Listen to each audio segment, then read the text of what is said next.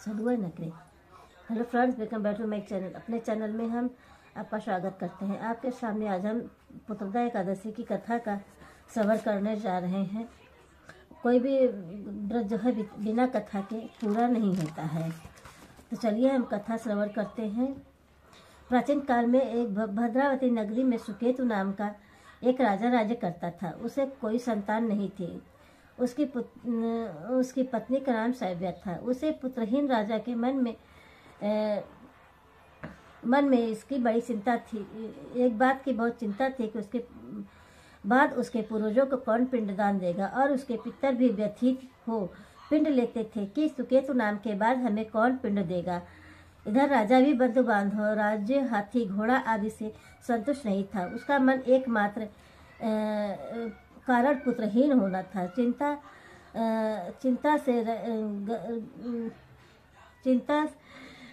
पुत्र के पितरों और देवताओं से उड़ नहीं हो सकते थे। इस तरह राजा रात दिन इसी चिंता के कारण जो है एक दिन वह इतना दुखी हो गया कि अपने महल से अपने मन से को शरीर त्याग देने की बात सोचने लगी। किंतु वह सोचने लगा कि अपने शरीर को आघात पहुंचाना ही पाप है। अतः उसके मन में विचार आया कि मन से निकाल दिया जाए उस विचार को। फिर एक दिन वह चिंता में डूबा हुआ वह घोड़े पर सवार होकर घूमने के लिए नगर में निकल गया। और सवार राजा वन में पशु पक्षियों को विचरण करते हुए देखने लगा। उसने वन में देखा कि मृग, बाघ, सिंह, बंदर आदि विचरण कर रहे हैं। हाथी शिशुओं और हथिनियों के बीच में विचरण कर रहे हैं।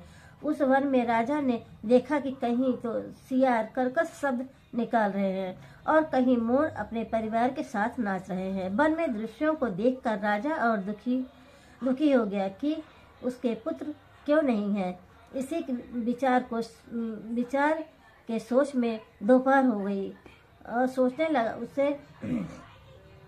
लगा कि मैंने अनेक यज्ञ किए और ब्राह्मणों को स्वादिष्ट भोजन कराया, फिर भी मुझे यह दुख क्यों मिल रहा है, और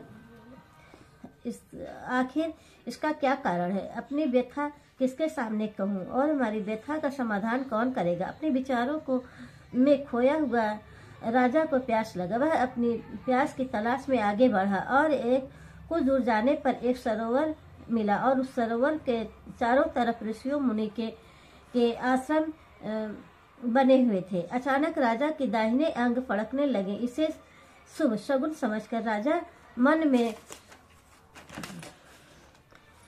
में प्रसन्न होते हुए घोड़े से नीचे उतर गया और सरोवर के किनारे बैठ गया। बैठे हुए ऋषियों को प्रणाम कर अनेक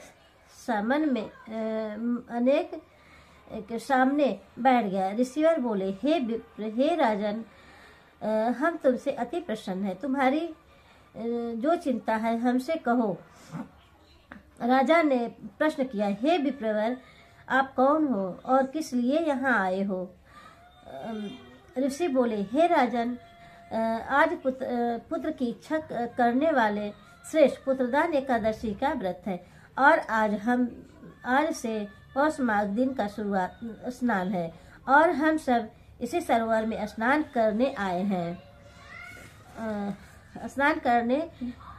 ऋषियों की बात सुनकर राजा ने कहा, हे मुनियों, मेरा भी कोई पुत्र नहीं है। यदि आप मुझ पर प्रसन्न हैं तो कृपा कर मुझे एक पुत्र का वरदान दीजिए। ऋषियों ने बोले, हे राजन, आज पुत्रदा एकादशी है। आप इसका उपवास कर भगवान श्रीहरि की अनुकंपा से आपके घर अवश्य ही पुत्र होंगे। राजा के मुनि के वचनों के अनुसार जो है उस दिन उपवास किया और द्वादशी को पारण कर और ऋषियों को प्रणाम कर वापस अपने नगरी को चल दिए। भगवान श्री हरि की कृपा से कुछ दिनों बाद ही रानी गर्भ धारण हुई और 9 माह के पश्चात उसके तेजस्वी पुत्र हुआ। यह राजकुमार बड़ा होने पर अत्यंत धनवान, यशस्वी और प्रजापालक वीर बना। श्री कृष्ण ने कहा, हे पांडुनंदन, पुत्र की प्राप्ति के लिए पुत्रदा एकादशी का उपवास करना चाहिए। उसे सर्वगुण संपन्न पुत्र रत्न की प्राप्ति होती है।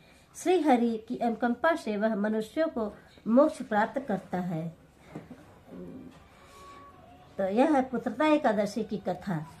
और हमारी अगर कहानी सही लगे तो हमारे चैनल में लाइक और सब्सक्राइब करिएगा और हमारे कमेंट में जय हरि विष्णु या ओम श्री कृष्ण वासुदेवाय नमो नमः जरूर लिखिएगा। और पुत्रदा एकादशी का व्रत करने से हमें मोक्ष की प्राप्ति होती है और श्री हरि विष्णु की असीम अनुकंपा प्राप्त होती है। तो भक्तजनों को पुत्रदा एकादशी की ढेरों शुभकामनाएं। और जहाँ भी रहिए आप स्वस्थ रहिए, खुश रहिए, मस्त रहिए और हमारे चैनल को लाइक और सब्सक्राइब करिएगा और हमारे कमेंट में जय श्री हरि विष्णु जरूर लिखिएगा। और जहाँ भी रहिए स्वस्थ रहिए, मस्त रहिए, खुश रहिए। जय श्री कृष्ण। राधे राधे।